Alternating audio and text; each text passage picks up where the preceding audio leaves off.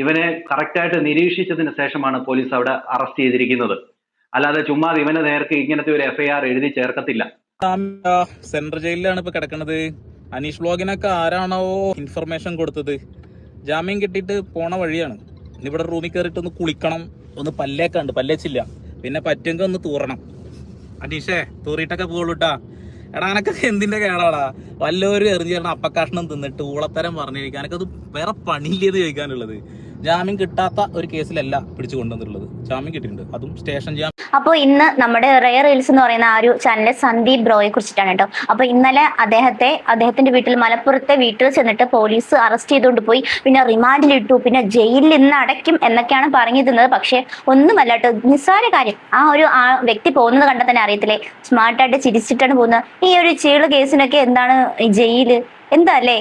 Arrest ചെയ്തു, കൊണ്ടുവന്നു, ജയിലിൽ അടച്ചു എന്നൊക്കെ പറഞ്ഞിട്ട് മൊത്തത്തിൽ ആഘോഷം, സ്റ്റാറ്റസ് ഇടുന്നത്, അത് ചെയ്യില്, ഇത് ചെയ്യില്, അങ്ങനെ കുറെ കാര്യങ്ങൾ. സത്യം പറഞ്ഞാല് അദ്ദേഹം കുറെ കാര്യങ്ങൾ വെളിപ്പെടുത്തുന്നത് ഇനി സത്യമാണോ അല്ലയോ എന്തോ ആവട്ടെ, ഇത് ഇങ്ങനെ കൊള്ളാനുള്ള കാര്യം എന്താണ്? ആരുടെയും പേര് വെളിപ്പെടുത്തിയിട്ടില്ല, ആരുടെയും ഒരു കാര്യം പറഞ്ഞിട്ടില്ല, പേരൊന്നും ചേർത്തിട്ടില്ല. പക്ഷെ ഇത് കൊള്ളുന്നത് എന്താണെന്ന് പോലും മനസ്സിലാവുന്നില്ല. അപ്പൊ എന്തായാലും ഒരു സാങ്കല്പിക കഥ പറഞ്ഞതിന് ഇത്രയുമധികം വിഷമിക്കുന്ന കാര്യം എന്താണെന്ന് ചോദിച്ചാൽ മനസ്സിലാവുന്നില്ല. പക്ഷെ ഈ ഒരു അറസ്റ്റ് ചെയ്ത് കൊണ്ടുപോകുന്ന ആ ഒരു സ്റ്റേഷൻ പരിധിയിൽ ആരൊക്കെ ഉണ്ടാന്ന് ചോദിച്ചാൽ നമ്മുടെ ഈ ഒരു രേണു സുധിയുടെ ചേച്ചി ഉണ്ടായിരുന്നു, പിന്നെ നമ്മുടെ പ്രധാനപ്പെട്ട ആള് തങ്കച്ചൻ ഉണ്ടായിരുന്നു, ബിഷപ്പ് അദ്ദേഹം ഉണ്ടായിരുന്നു എന്നൊക്കെയാണ് പറയുന്നത്. അപ്പൊ എല്ലാവരും ഉണ്ടായിരുന്നു. അതുകൊണ്ട് എല്ലാവരും ഹാപ്പി ആയിരുന്നു. അയ്യോ പിടിക്കാത്തൊരു കാര്യം, കാരണം ഒരുപാട് നാൾ കൊണ്ട് ഇവരെങ്ങനെ എന്താ പറയുക, ഇവരെ കുറിച്ചിട്ട് ഇങ്ങനെ വീഡിയോസ് ഇങ്ങനെ ഇട്ടുകൊണ്ടിരിക്കുകയല്ലേ.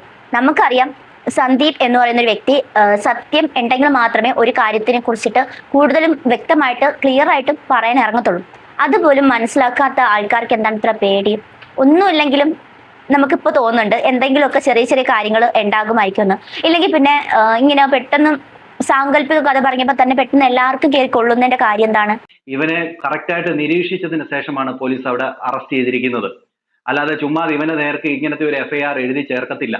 അതുകൊണ്ട് കൃത്യമായിട്ട് മനസ്സിലാക്കുക. ചുമ്മാ വന്നിരുന്ന് കമന്റ് ബോക്സിൽ കമന്റ് ഇട്ട് മെഴുകിയിട്ട് ഒരു കാര്യവുമില്ല എന്നുള്ളത് ഞാൻ ഇതിനോടകം സൂചിപ്പിക്കുകയാണ്. ഇവൻ 13-ാം തീയതി തൊട്ട് ബിഷപ്പിനെതിരെ വീഡിയോ ഇട്ടുകൊണ്ടിരുന്നതും അത് പോലീസുകാരെ നിരീക്ഷിച്ചുകൊണ്ടിരിക്കുന്നു. അതുകൊണ്ട് തന്നെ ഇതിന്റെ അകത്ത് സാങ്കല്പികമാണെന്ന് പറഞ്ഞ് കഥ ഇട്ടായിട്ട് പോലും ഇതിന്റെ അകത്ത് വളരെ വ്യക്തമായിട്ടും ആളുകളെ മനസ്സിലാക്കുന്ന രീതിയിലൊക്കെയാണ് കാര്യങ്ങളുള്ളത്. എന്തായാലും പോലീസ് കോടതിയിൽ ഈ രേഖകളൊക്കെ തെളിയിക്കുന്ന രീതിയിൽ അവരുടെ കയ്യിൽ കാര്യങ്ങളുണ്ട്. അതുകൊണ്ട് തന്നെ ഇനി കോടതിയിൽ നിന്ന് ജാമ്യം മേടിച്ചു വരിക എന്നുള്ളതാണ്.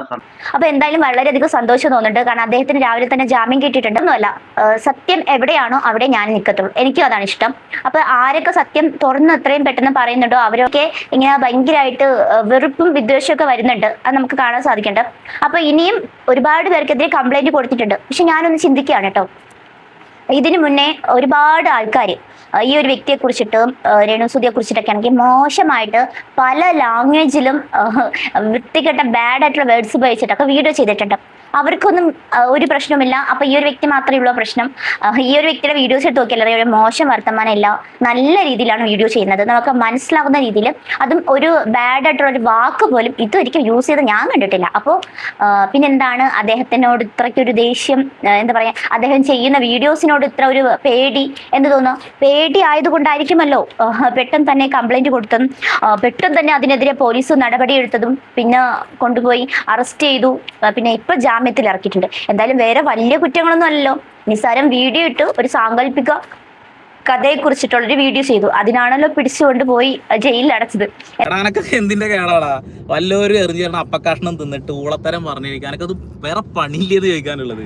ജാമ്യം കിട്ടാത്ത ഒരു കേസിലല്ല പിടിച്ചു കൊണ്ടുവന്നിട്ടുള്ളത്, ജാമ്യം കിട്ടിയിട്ടുണ്ട്, അതും സ്റ്റേഷൻ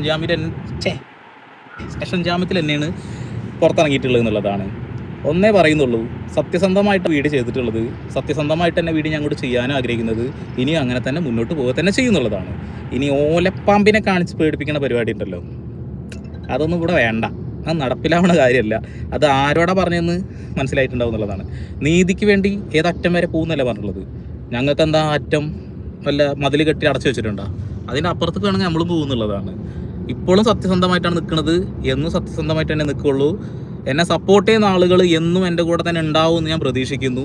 നിങ്ങളുടെ സപ്പോർട്ട് കൊണ്ട് മാത്രമാണ് ഈ ഒരു നിലയിൽ എത്തി നിൽക്കുന്നത്. 2,40,000 ഫോളോവേഴ്സ് ആയിട്ടുണ്ടെന്നുണ്ടെങ്കിൽ നിങ്ങളുടെ സ്നേഹം കൊണ്ടും നിങ്ങളുടെ ഇഷ്ടം കൊണ്ടും മാത്രമാണെന്നുള്ളതാണ്. സപ്പോർട്ട് ചെയ്യുന്ന ഒരു സപ്പോർട്ട് അറിയിക്കുക.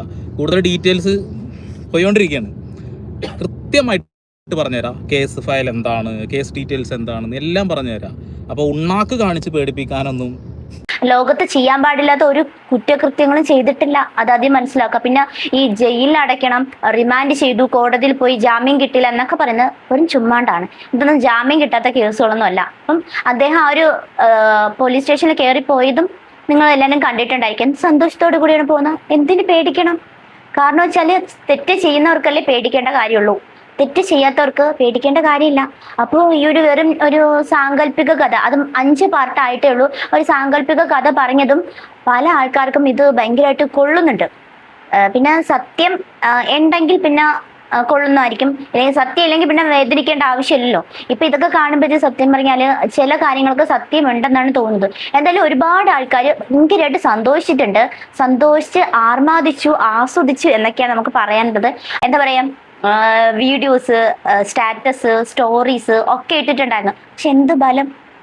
സത്യമുള്ളിടത്ത് എന്തായാലും ദൈവം കാണുമെന്ന് പറയുന്നിട്ടില്ല. അത് തന്നെയാണ് എല്ലായിടത്തും. സത്യം എവിടെയുണ്ടോ, കള്ളങ്ങൾ കൊണ്ട് കൂമ്പാരം കെട്ടിയിരുന്നാലും ആ ഒരു കള്ളം എന്നായാലും താഴെ തച്ചുടയ്ക്കും എന്ന് പറയുന്നിട്ടില്ല. അത് തന്നെയാണ് ഇവിടെ സംഭവിച്ചിട്ടുള്ളത്. ആ ഒരു ചേട്ടനെ ഇങ്ങനെ അറസ്റ്റ് ചെയ്തുകൊണ്ട് പോയപ്പോൾ പല ആൾക്കാരും വിചാരിച്ചായിരിക്കും, അയ്യോ എന്തായാലും നമ്മൾ കൊടുത്ത പണി ഏറ്റിട്ടുണ്ട്, ഇനി ജയിലിൽ തന്നെ, ഇനി പുറത്തേക്ക് ഇറങ്ങാൻ പറ്റത്തില്ല എന്ന് വിചാരിച്ചിട്ട് ഒരുപാട് ആൾക്കാർ സന്തോഷിച്ചിട്ടുണ്ടായിരുന്നു.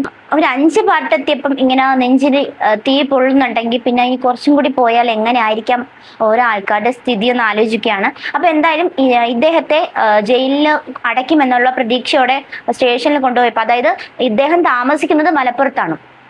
ആ മലപ്പുറത്താണ് തൃക്കൊടിത്താനത്ത് നിന്ന് പോലീസ് വീട്ടിൽ പോയി അറസ്റ്റ് ചെയ്തുകൊണ്ട് വന്നത്. അത്രയ്ക്കും വലിയ കൊടും ക്രൂരമായിട്ടുള്ളൊരു കുറ്റം എന്തോ ചെയ്ത കണക്കാണ് പോയി വിളിച്ചുകൊണ്ട് വന്നത് എന്നൊക്കെയാണ് പറയുന്നത്. എന്തായാലും ഇതൊക്കെ ഒരു ചീള് കേസാണ് എന്ന് എല്ലാവർക്കും അറിയാൻ സാധിച്ചല്ലോ. എന്തായാലും അദ്ദേഹം പുറത്തിറങ്ങിയിട്ടുണ്ട്. വളരെ നല്ല കാര്യം. കാരണം വെച്ചാൽ ഇന്ന് രാവിലെ തന്നെ അദ്ദേഹം പുറത്തിറങ്ങി, ജാമ്യത്തിലിറങ്ങി, വീട്ടിലോട്ടും പോയിട്ടുണ്ട്. പേടിയും ടെൻഷനൊക്കെ വന്നെന്ന് ഇപ്പോഴും മനസ്സിലാവുന്നില്ല. എന്തായാലും അദ്ദേഹം ഒരു 5 പാർട്ട് എത്തിയതായിരുന്നു. 5 പാർട്ട് എത്തിയപ്പോഴത്തേക്കാണ് അങ്ങോട്ട് ഇതുപോലെ കളി കാര്യമായി പോയത്. കാരണം പാർട്ടിലെ പേരുകളൊന്നും വിസ്തരിച്ച് പറഞ്ഞിട്ടില്ല. പക്ഷേ പാർട്ട് തുടങ്ങി തീർന്നില്ല. അതിനു മുന്നേ അവിടെ വെച്ചിട്ട് അത് ക്ലോസ് ചെയ്യാനുള്ള ഒരു ഊർജം അവിടെ കൊടുക്കുന്നുണ്ട്. കാരണം ഇനി ഈ വീഡിയോ ചെയ്യാൻ പാടില്ല എന്ന് പറഞ്ഞിട്ടുള്ള, പക്ഷേ സത്യം എവിടെയുണ്ടോ അദ്ദേഹം ചെയ്തിരിക്കും.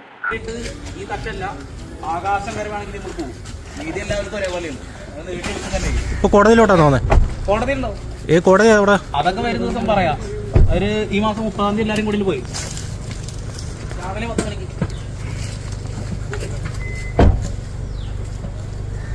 നിങ്ങൾ ആരുടെ കൂടെയാണെന്ന് നിങ്ങളുടെ അഭിപ്രായങ്ങൾ ഈ ഒരു വീഡിയോയുടെ താഴെ കമന്റ് ചെയ്യാൻ മറക്കരുത്. അപ്പൊ നമുക്ക് പുതിയ വീഡിയോ ഇട്ട് വരാം. അതുവരെ ടാറ്റാ.